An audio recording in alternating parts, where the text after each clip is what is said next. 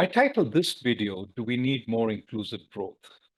Because I want to draw lessons from a capital intensive industry, which is not doing so well. This industry, the motor vehicle sector, is an exception to the rule.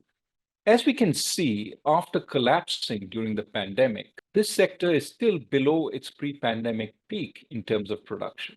Clearly, this is part of the reason why we still have not made up the deficit in growth over time.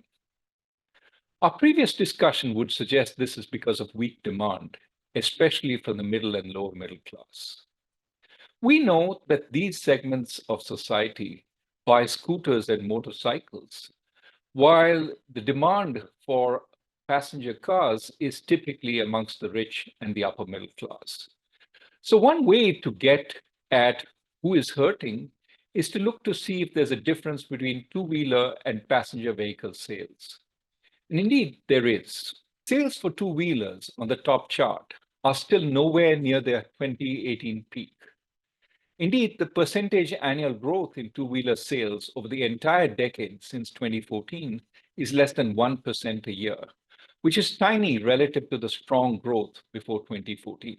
By contrast, sales of passenger vehicles in the bottom chart, typically bought by the upper middle class and the rich, certainly dipped during the pandemic, but now have surpassed the earlier 2018 peak. The true divergence between these two sectors came after the pandemic.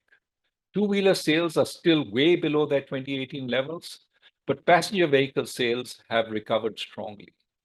This is suggestive once again of a K-shaped recovery where the middle and lower middle classes are still suffering the after effects of the pandemic. So the lack of demand ultimately comes back to bite even some capital-intensive industries. India truly needs inclusive growth. Otherwise, we're going to see large segments of the productive economy held back by weak demand.